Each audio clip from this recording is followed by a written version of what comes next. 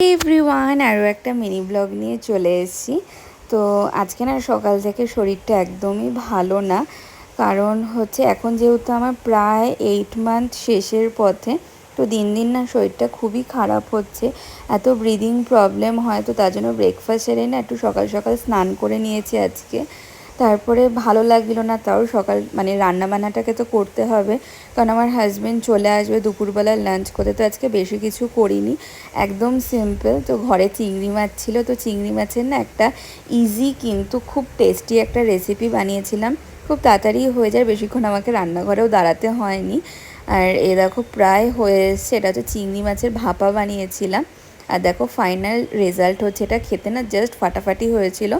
তারপর 2:30টার মধ্যে চলে এসেছিলো লাঞ্চ করতে। একদমই সিম্পল, ভাত ডাল ছিলই, কুমড়ো ভাজা আর চিংড়ি মাছটা।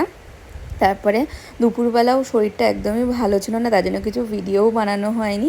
তারপরে রাত্রেবেলা ও হচ্ছে খাবার দাবার বানালো, আর কালকের একটু চিকেন ছিল সেটাকেই বার করে নিয়েছিলাম। তো কেমন লাগলো আজকের ব্লগটা অবশ্যই জানিও, ভালো লাগলে সাবস্ক্রাইব করে দিও।